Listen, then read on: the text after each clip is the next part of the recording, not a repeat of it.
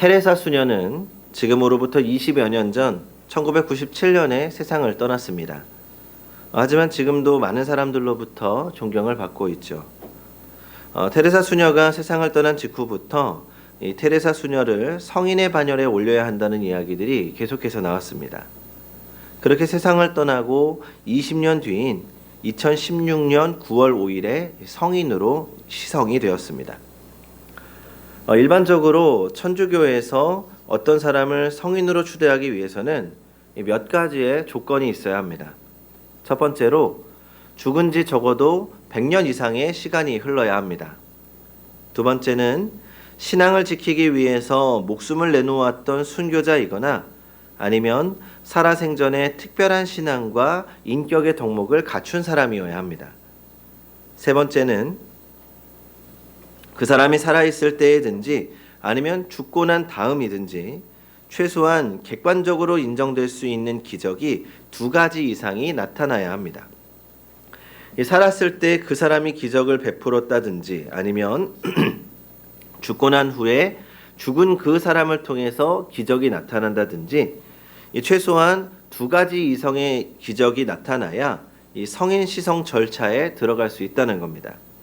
이것을 기적심사라고 하는데 그 기적심사를 하지 않을 경우도 종종 있긴 하지만 이 성인 서품을 받은 사람은 거의 대부분 그 기적심사라는 것을 하게 됩니다. 테레사 수녀는 이 2번째 조건에는 별다른 의의가 없었습니다. 전 세계가 존경할 만한 신앙과 인격을 갖춘 분이었기 때문이죠. 이 3번째 조건에는 약간의 논란이 있었습니다. 그분이 어떤 기적을 베풀었나 하는 것입니다. 그런데 결국 테레사 수녀가 이 기적을 일으켰다고 결론을 내렸습니다. 2번에 걸쳐서 하나님의 계시를 받았다는 것, 그리고 치료와 구제 활동을 벌이는 동안 많은 기적들이 나타났는데 특별히 엄청난 양의 식량을 세계 각국으로부터 보조를 받을 수 있다는 것 자체가 이 하나님이 베푸신 기적이었다고 보고 있는 것입니다. 근데 사실 이 3가지 조건 중에 맞지 않는 것이 하나 있죠. 첫 번째 조건입니다. 그 사람이 죽은 지 100년의 시간이 흘러야 한다는 조건에는 맞지 않았지만 그럼에도 불구하고 그분을 성인으로 추대한 것은 그만큼 위대한 삶을 살았기 때문이라고 말합니다. 그런데 이런 생각 혹시 해보지 않으셨습니까? 이 천주교, 가톨릭 교회에서는 훌륭한 믿음으로 살았던 분들을 성인이라고 해서 추대하는데 우리 개신교에서는 왜 이 성인이라고 불리는 사람이 없을까 하고 말입니다. 개신교에서 성인으로 추대된 사람들의 이름을 들어보신 적이 있습니까? 없습니다. 그러면 왜 없는지 아십니까? 성인이 될 만한 자격이 없기 때문일까요? 거기에는 그럴 만한 이유가 있습니다. 먼저 여러분에게 질문을 해보겠습니다. 우리는 성도입니까? 네. 이 질문에는 우리가 주저하지 않고 네, 아멘 이렇게 대답을 할 수 있습니다. 그럼 질문을 바꿔보겠습니다. 우리는 성인입니까? 아마 이 말에는 쉽게 예라고 대답하기가 어려울 겁니다. 우리는 성인이라고 하면 뭔가 권위가 있고 남들과 다른 특별한 삶을 살아야 한다고 생각합니다. 그래서 내가 성인인가 하는 질문 앞에서는 쉽게 대답할 수가 없습니다. 예수 믿고 성도가 되기는 했지만 그래도 성인은 아니지. 그렇게 생각하기 때문이죠. 그게 비단 우리만의 생각이 아니라 대부분의 그리스도인들이 그렇게 생각하고 있습니다. 그런데 우리가 지금까지 우리 스스로를 지칭하는 성도라는 말을 좀 오해했던 것 같습니다. 가끔 이제 직분을 드리기 위해서 말씀을 드리면 저는 아직 준비가 되지 않았습니다. 저는 아직 일반 성도가 좋습니다. 라고 하는 분들이 많습니다. 그런데 오늘 우리가 읽은 말씀은 바울이 고린도 교회 교인들에게 편지한 글입니다. 2절을 보면 고린도에 있는 하나님의 교회 곧 그리스도 예수 안에서 거룩하여지고 성도라 부르심을 입은 자들이라는 말이 나옵니다. 그러니까 바울은 예수 믿고 그리스도 안에서 거룩하여진 우리를 가리켜서 성도라고 부르고 있습니다. 그런데 이 본문에 나온 이 성도라는 말은 성자, 성인이라는 말과 같은 뜻입니다. 영어로 말하면 오늘 본문에 나오는 성도라는 말이 saint라는 말입니다. 그러니까 성자 어거스틴 하면 우리가 세인트 어거스틴 이렇게 부르는데 성도라고 하는 말과 성자, 성인이라는 말이 같다는 겁니다. 그런데도 우리는 예수 믿는 사람을 성도라고 하는 것에는 동의하면서 예수 믿는 모든 사람을 성자라고 부르는 데는 주저하는 게 사실입니다. 왜냐하면 우리의 생각 가운데 잘못 생각되어진 것들이 있기 때문이죠. 우리가 일반적으로 예수를 믿으면 성도가 되는 것이고 그 성도가 성자가 되기 위해서는 이 뭔가 천주교에서처럼 보통 사람과 다른 특별한 게 있어야 된다고 생각합니다. 그래서 성자는 만들어지는 거라고 생각하죠. 하지만 성자는 만들어지는 것이 아니라 태어나는 것입니다.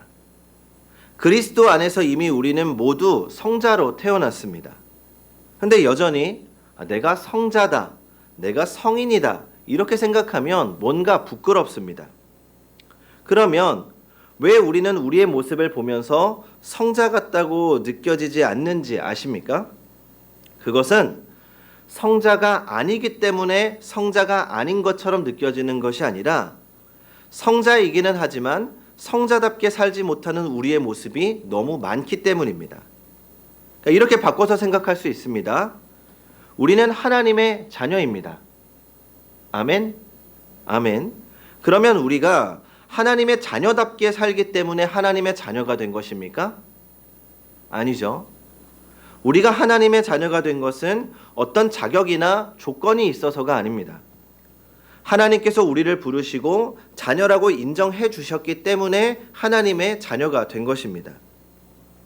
하나님께서 이스라엘을 선택하셨을 때도 마찬가지였습니다. 신명기 7장 7절입니다. 여호와께서 너희를 기뻐하시고 너희를 택하심은 너희가 다른 민족보다 수요가 많은 연고가 아니라 너희는 모든 민족 중에 가장 적으니라. 그러니까 이스라엘이 강한 민족이었기 때문에 뭔가 잘났기 때문에 선택받은 게 아니라는 겁니다. 다른 민족들에 비해서 특별한 게 있어서 부르신 것도 아닙니다. 이스라엘은 오히려 모든 민족 중에 가장 적은 민족이었습니다. 남들보다 뛰어난 게 하나도 없었습니다.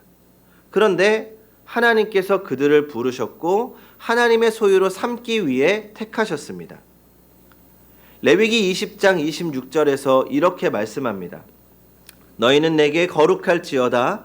이는 나 여호와가 거룩하고 내가 또 너희로 나의 소유를 삼으려고 너희를 만민 중에서 구별하였음이니라. 애굽에서 노예로 종살이하고 있을 때에는 그들은 바로의 소유였습니다.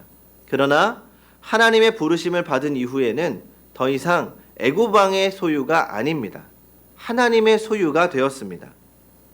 우리도 마찬가지입니다. 하나님의 부르심 전에는 우리 모두가 죄의 종이었습니다. 죄의 종이 되어서 영원한 죽음인 지옥을 향해 가던 불쌍한 사람들이었죠.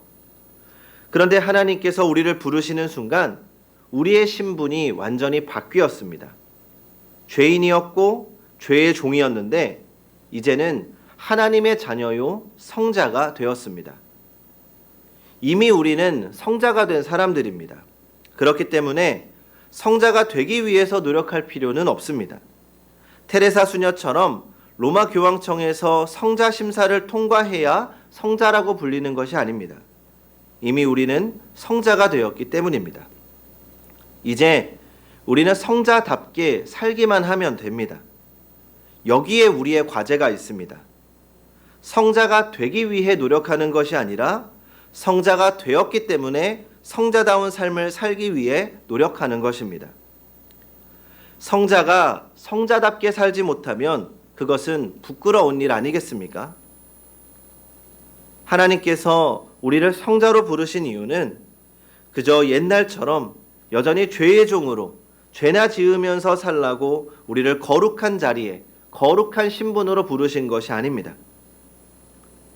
그러면 우리가 살아야 할 성자다운 삶은 무엇입니까? 어떻게 사는 것이 성자다운 삶을 사는 것입니까? 그것은 바로 한마디로 거룩한 삶, 구별된 삶입니다. 세상 사람들과 다른 삶을 살아야 합니다. 죄의 종으로 살던 그 삶의 방식을 버려야 합니다. 돈이 좋고 명예가 좋았지만 이제는 예수님이 우리의 최고의 기쁨이 되어야 합니다. 입만 열면 욕하고 흉보고 거짓말하는 삶이 아니라 덕을 세우고 사람을 세우고 공동체를 세우는 선한 입술이 되어야 합니다. 일시적인 쾌락을 즐기며 사는 것이 아니라 하나님 나라를 바라보며 영원을 준비하는 삶이 되어야 합니다. 나의 만족과 이익이 내 행동 기준의 첫 번째가 아니라 하나님 나라와 사랑과 희생이 의미 있는 삶이 되어야 합니다.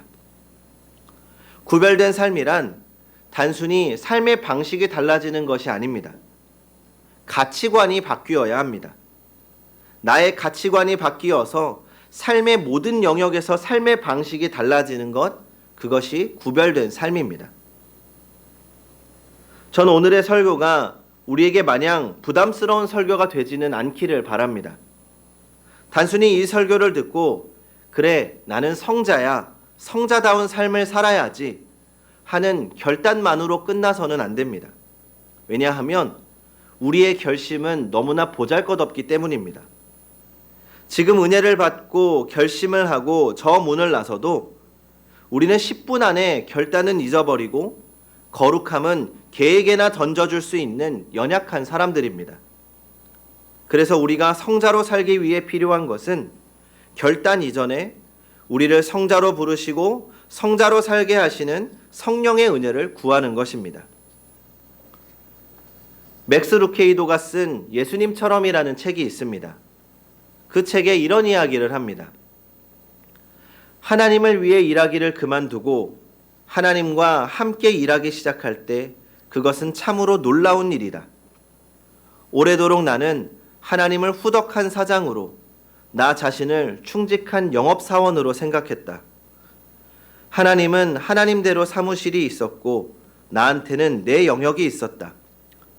나는 얼마든지 원하는 대로 그분을 찾아갈 수 있었다. 그분은 언제나 전화 한 통, 팩스 한 장으로 만날 수 있는 거리에 있었다. 그분은 나를 격려해 주시고 밀어주시고 지원해 주셨으나 나와 함께 가지는 않으셨다. 적어도 나한테는 그렇게 생각됐다. 그러다 고린도후서 6장 1절을 읽게 됐다. 우리는 하나님과 함께 일하는 자이다. 함께 일하는 자, 동역자, 하나님과 내가 함께 일한다. 이 진리에서 창출되는 사고 전환을 상상해보라. 우리는 하나님께 보고하는 것이 아니라 하나님과 함께 일한다. 출근 신고하고 내 방으로 가는 것이 아니라 함께 출근하여 그분의 뒤를 따른다. 우리는 언제나 하나님의 임재 가운데 있다. 하나님은 세속적인 가치관으로 가득한 세상 속에 우리를 던져놓고 거룩한 삶을 살아내라고 명령하고 지켜보시고 그렇게 살지 못하면 채찍질하시는 분이 아닙니다. 하나님은 이 세상 가운데 우리와 함께하고 계십니다. 우리는 그분의 손을 잡고 살아야 합니다. 성자로 살기 위해 노력할 때 성자로 사라지는 것이 아니라 주님의 손을 잡고 함께 살아갈 때 성자로 사라지게 되는 것입니다. 성경에 나오는 모든 사람들에게는 다 허물이 있었습니다. 위대한 신앙의 사람들도 모두 실수를 하며 살았습니다. 그들이 위대했던 것은 위대한 일을 했기 때문이 아니라 연약하고 허물이 있었지만 그래도 끝까지 하나님의 손을 놓지 않았기 때문입니다. 오늘 우리도 그렇습니다.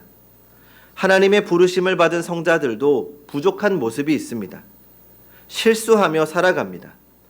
허물투성이일 수 있습니다. 그렇다고 우리가 성자가 아닌 것은 아닙니다. 성자 여러분, 우리는 성도입니다. 사도 바울은 오늘 본문에서 성자로 부름을 받은 자들을 향하여 하나님 우리 아버지와 주 예수 그리스도를 쫓아 은혜와 평강이 있기를 원하노라 라고 간구하고 있습니다. 이 간구는 오늘 우리를 향한 간구이기도 합니다. 우리 교회 모든 믿음의 식구들은 부족하지만 하나님이 나를 성자로 불러주셨다. 이 귀한 사실을 잊지 마시기 바랍니다. 그리고 더 나아가 성자이기에 성자답게 사는 일에 영적인 에너지를 쏟으며 사시기 바랍니다. 나 혼자 성자인 것이 아닙니다. 함께 부르심을 입은 우리 모두가 성자입니다. 그렇기에 누구를 만나든지 지체를 만날 때마다 서로 존경하며 사시기 바랍니다.